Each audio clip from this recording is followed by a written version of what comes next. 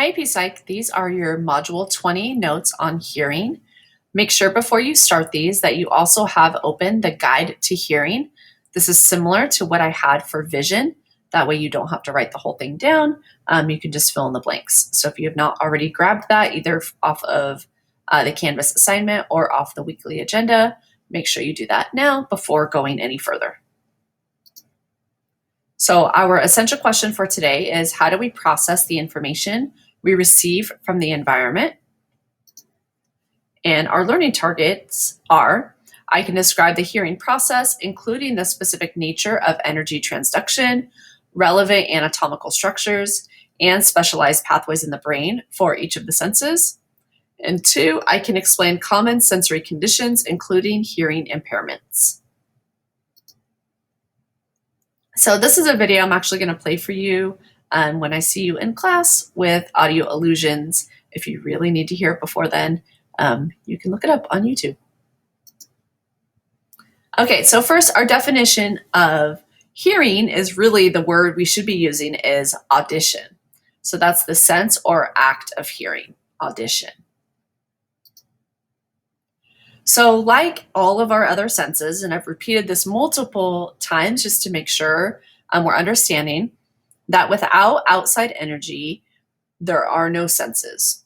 So with vision, we talked about light waves. With hearing, we're going to apply those same ideas to sound waves.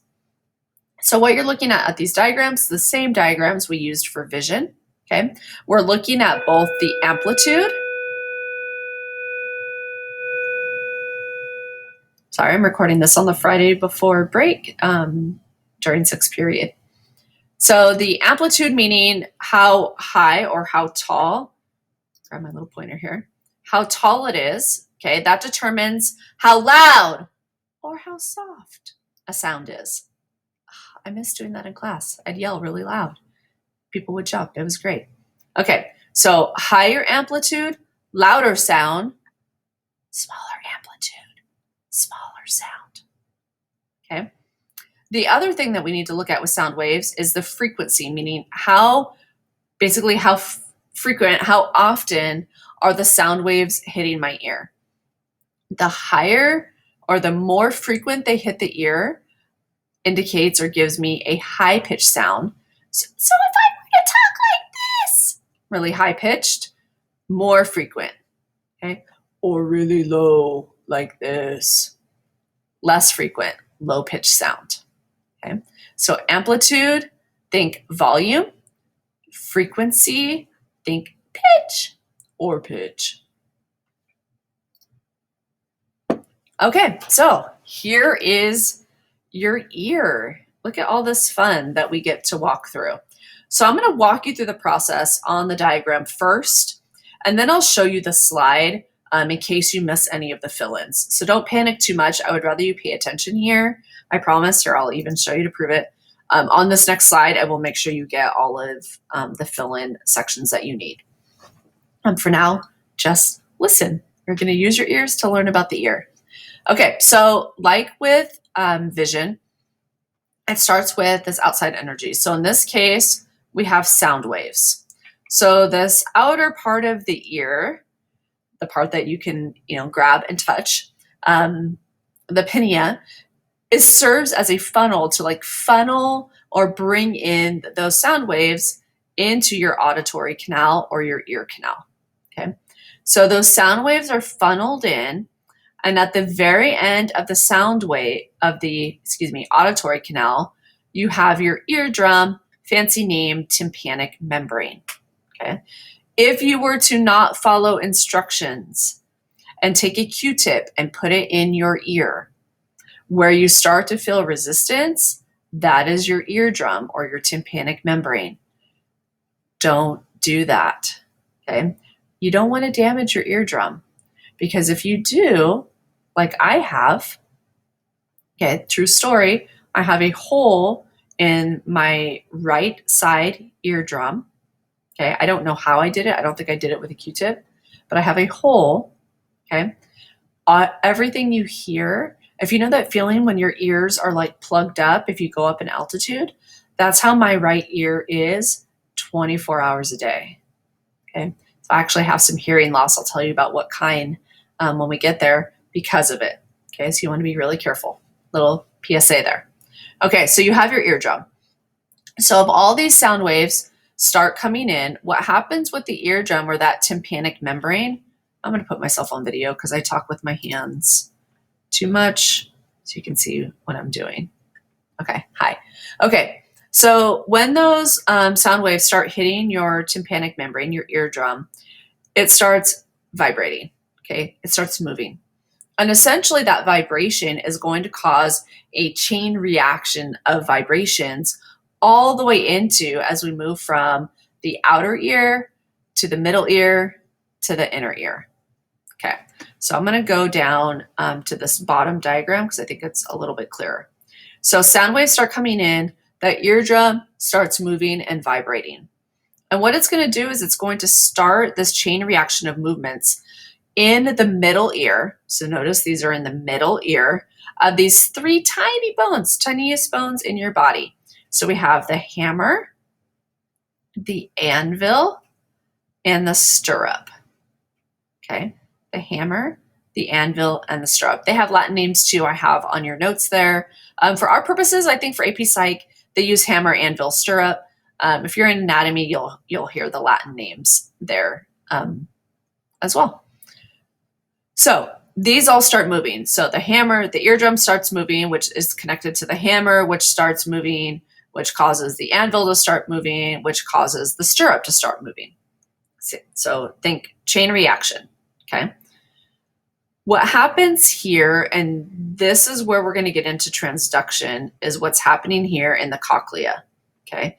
If what you look at the outer structure up at the top diagram, it kind of looks like a snail shell. Okay, so the stirrup starts moving and it's hitting the cochlea at a place called the oval window. So right here. And think of it as it's like pushing against this oval window. In my mind, the analogy I think of, if you've ever used like been at a body of water, like a lake, even a pool, a bowl of water, and you push down on the water, you'll know that it starts sending out waves, right? It starts rippling across.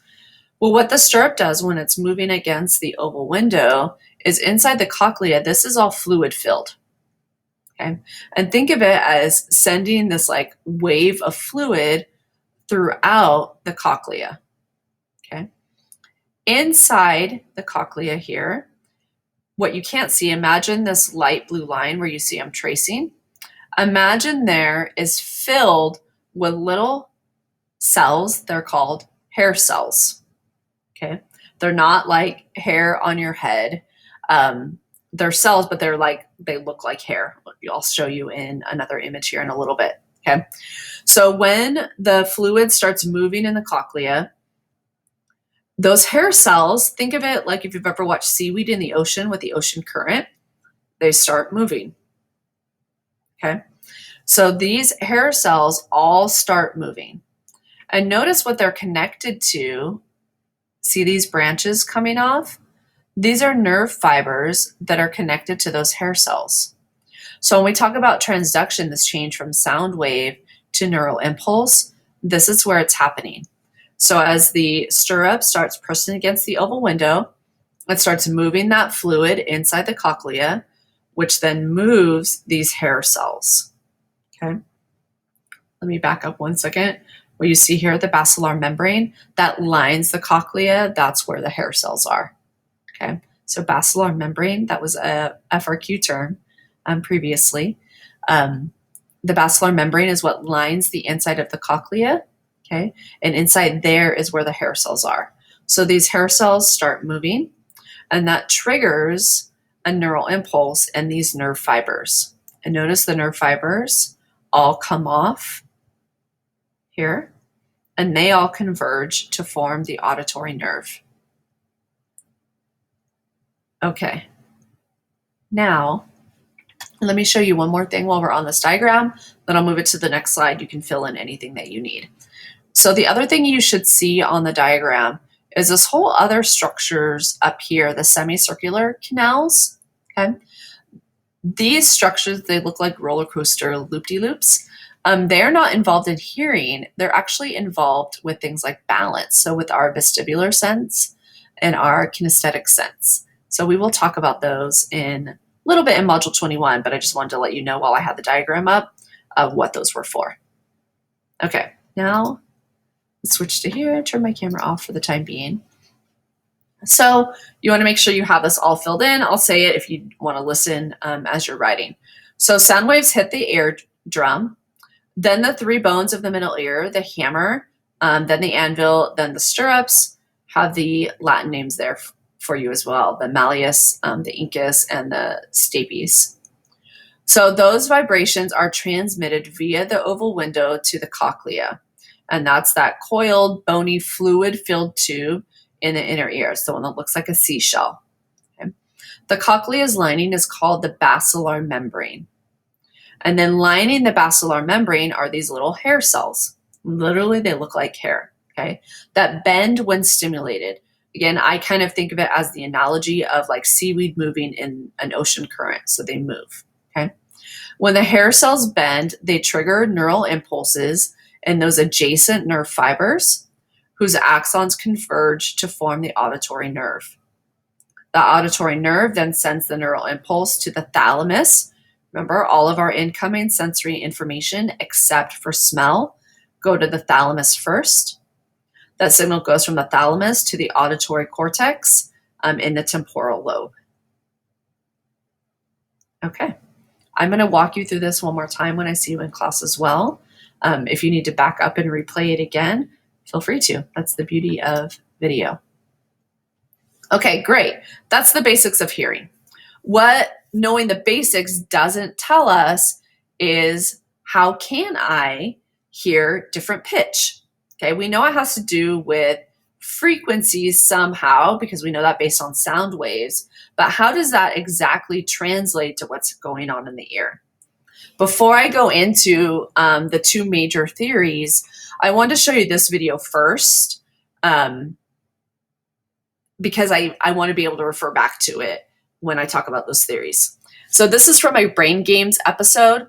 What it's going to demonstrate is that younger people can hear higher pitches than older people, okay? And I'll explain why that may be based on these theories as well. So I encourage you to join along. I'll tell you where I hear or stop hearing.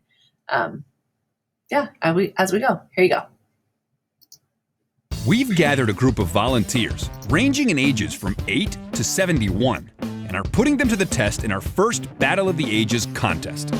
All right, you guys, I'm gonna play a series of sounds, and if you can hear the sound, I want you all to raise your hands up. Your right hand, you're gonna keep it there, all right? For those of you watching at home, feel free to play along. Ready? 8,000 hertz. All right. All of you can hear that first frequency. Now I'm gonna play another sound at another frequency. If you still hear it, keep your hands up. If you can't, bring your hand down. 10,000 hertz.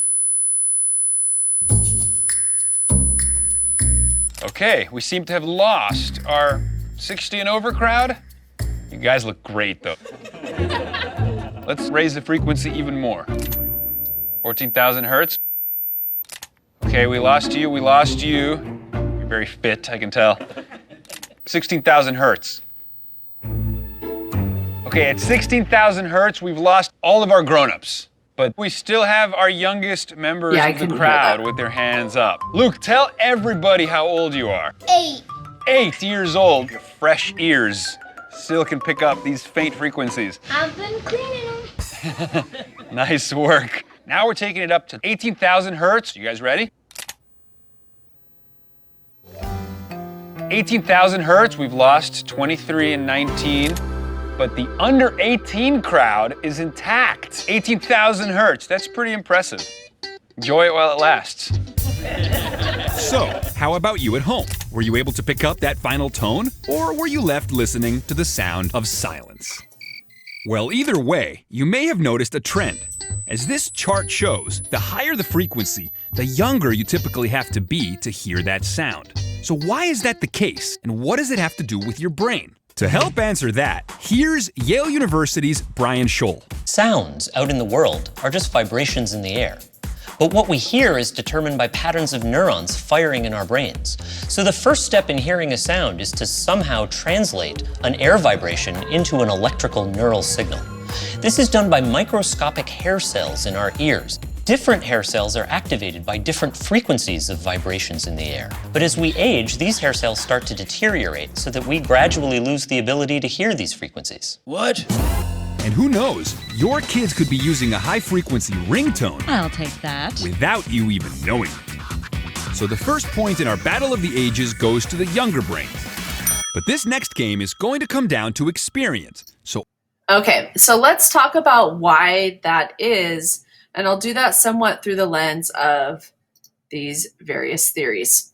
So before we get to that, being able to perceive how loud or how quiet something is based on the number of activated hair cells. So what happens is hair cells could lose sensitivity to soft sounds, but still respond to loud sounds. And just so you know, loud sounds still sound loud to people with hearing loss. So just be mindful if you're talking with someone with hearing loss. Screaming, if you think you're screaming and it's going to sound like normal to them, it still sounds like screaming. It's still loud, okay? They just have a harder time hearing those softer sounds. Okay, so let's talk about how we're able to perceive pitch. There are two different theories, and you'll see these still on your notes as well. This is an image of what hair cells look like. So see, they're literally like little finger hair type structures there. Pretty cool. Thank you, high-powered microscopes. So what the place theory says is it links pitch with the place where the cochlea's membrane is stimulated. Okay, so it's literally saying, I'm going to actually go back to a diagram.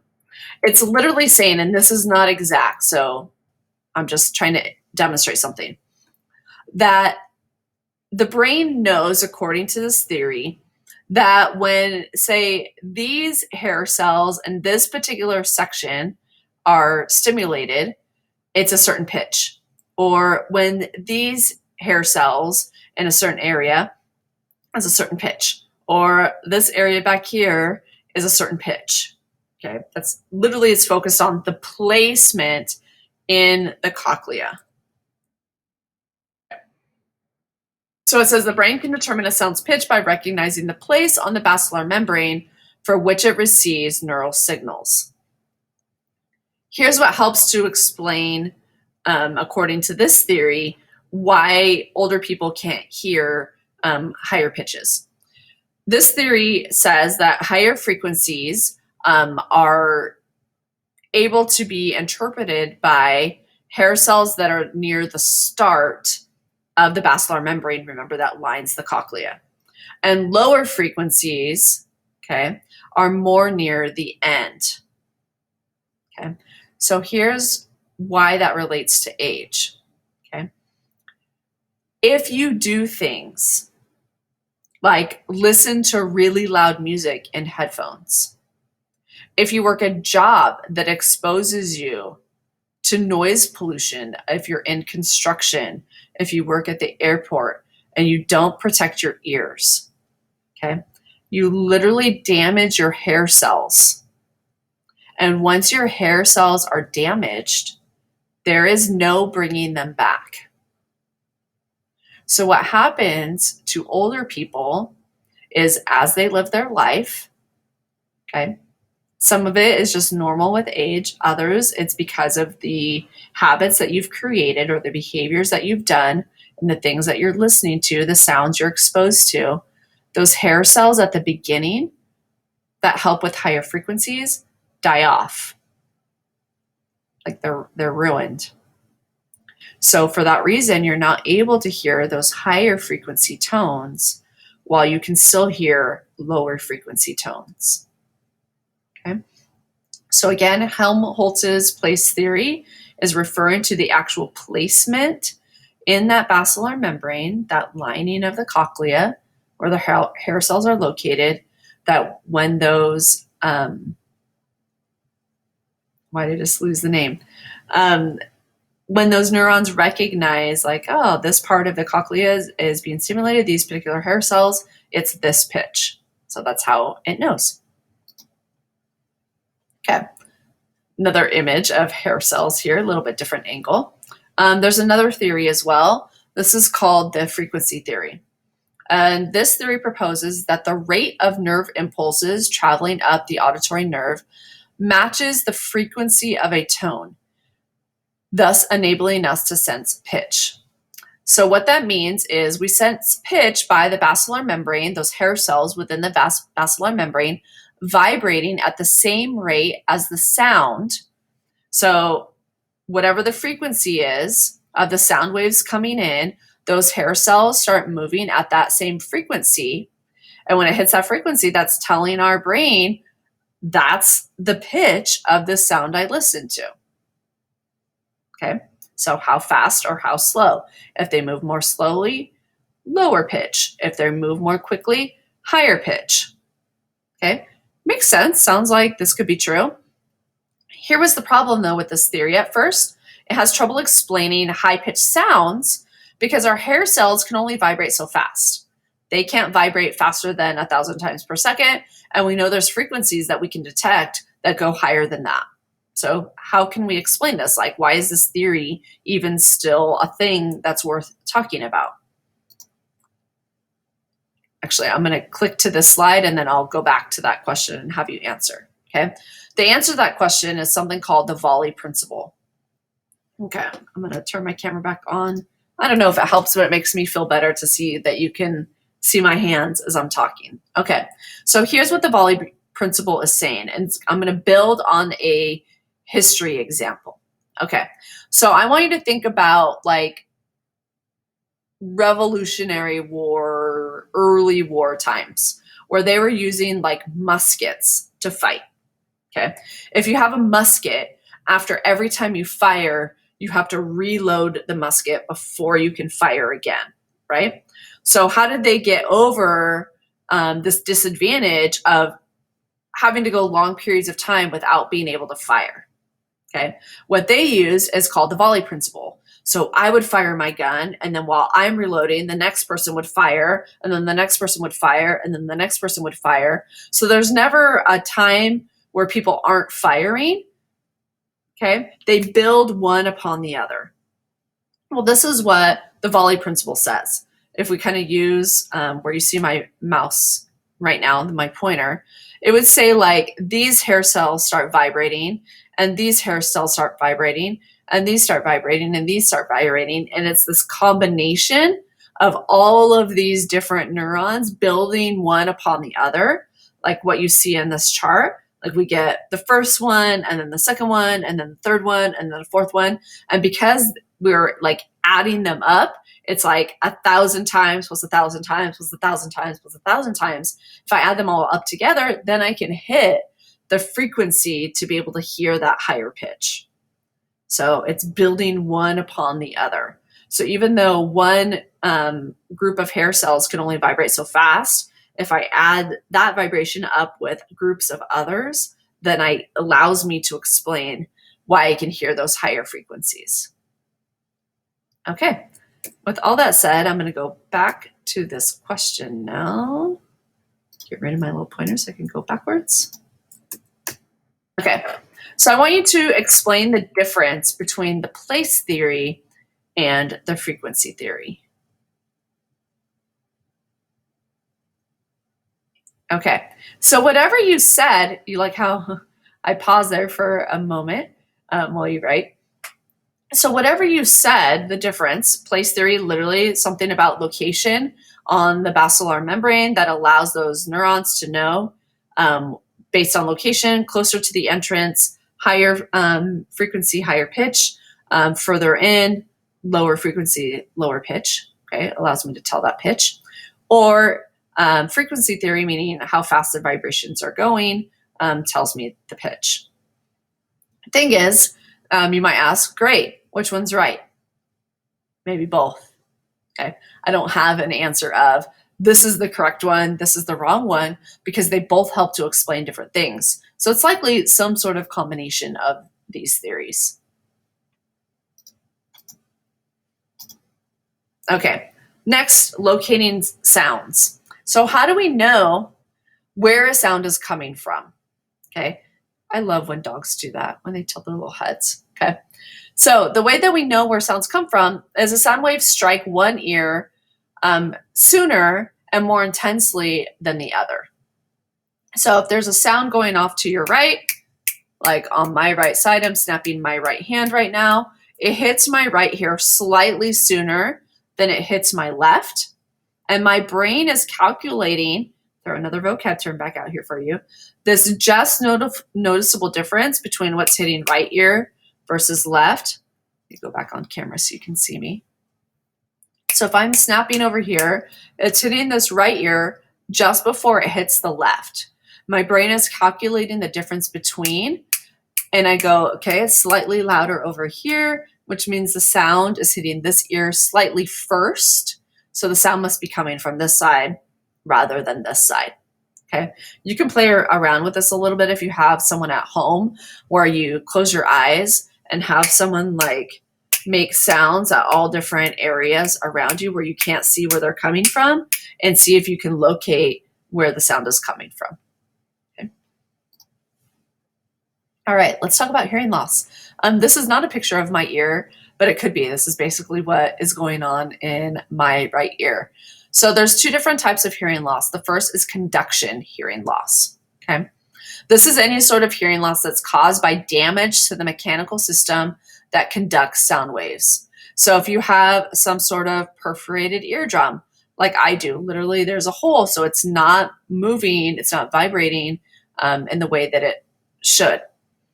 If you damage something with the ossicles, those little bones in your middle ear, okay, that would be considered conduction hearing loss. So it's literally something about the mechanics, the physical anatomy that allows you to hear. Okay. The other type of hearing loss is called sensorineural hearing loss. And this is caused by damage to the cochlea's hair cell receptors or to the auditory nerves. Okay. Sometimes this is caused by disease. Sometimes people are born with some sort of issue with the receptors, with the nerves. But the most common cause, okay, is from heredity, from old age, and prolonged exposure to very loud noise or music. So if you've ever been wearing headphones and a parent says, turn it down, you're going to ruin your ears, they are not lying. Okay. If you look here in terms of damage, okay, this is measured in decibels. That's how we measure how loud a sound is. Prolonged exposure above 85 decibels causes hearing loss. You're literally damaging those hair cells, and once they're damaged, there's no bringing it back. So normal conversation is about 60 decibels. If you're listening to really loud thunder at a concert at really close range without headphones, you're going into the 140 plus decibels. So you're going into hearing loss range. This is why people that work in areas should wear ear protection. All right, and turn off my video so you can watch this. So what can be done to help someone that suffered hearing loss, particularly that sensorineural hearing loss? If you've heard of a cochlear implant, we're going to see this happen. So this is an 8-month-old baby that up to this point has been deaf, so has not been able to hear. And he's just had a cochlear implant activated. It's actually a surgery. I'll show you what it looks like on the next slide. And this is just a feel-good video. So here you go. Here we go. It's coming back on. And he's back on again. See how he turns? Hi, Jonathan. Stop the sucking. Hi. That's good. Could That's you real good. hear that? Hi, sweetie. Could you hear that? Hi. Hi. You got that, Dad, right? Hi, Jonathan. Look at that. Hi. We call that a late Christmas present. If you look close, you can kind of see the wire here. Good job. That's from That's the really good. implant. You can see it on the side of his head there. Isn't that so fun? Like he's hearing for the first time. I love it. So here's what he had done is this cochlear implant. So this is a device for converting sounds into electrical signals. So it essentially does that transduction piece that people without these issues would normally be able to do. So it converts the sounds into electrical signals and stimulates the auditory nerve through electrodes that are threaded into the cochlea. So they would have a surgery that actually threads, you could see this electrode, into the cochlea itself. Okay, and then they have a transmitter and this processor that they would wear to be able to hear. So I have just some multiple choice questions for you. I think there's 3 or 4 of them. So here you go. What type of hearing loss is due to damage to the mechanism that transmits sound waves to the cochlea? Go ahead and select. The correct answer is B, conduction. Next.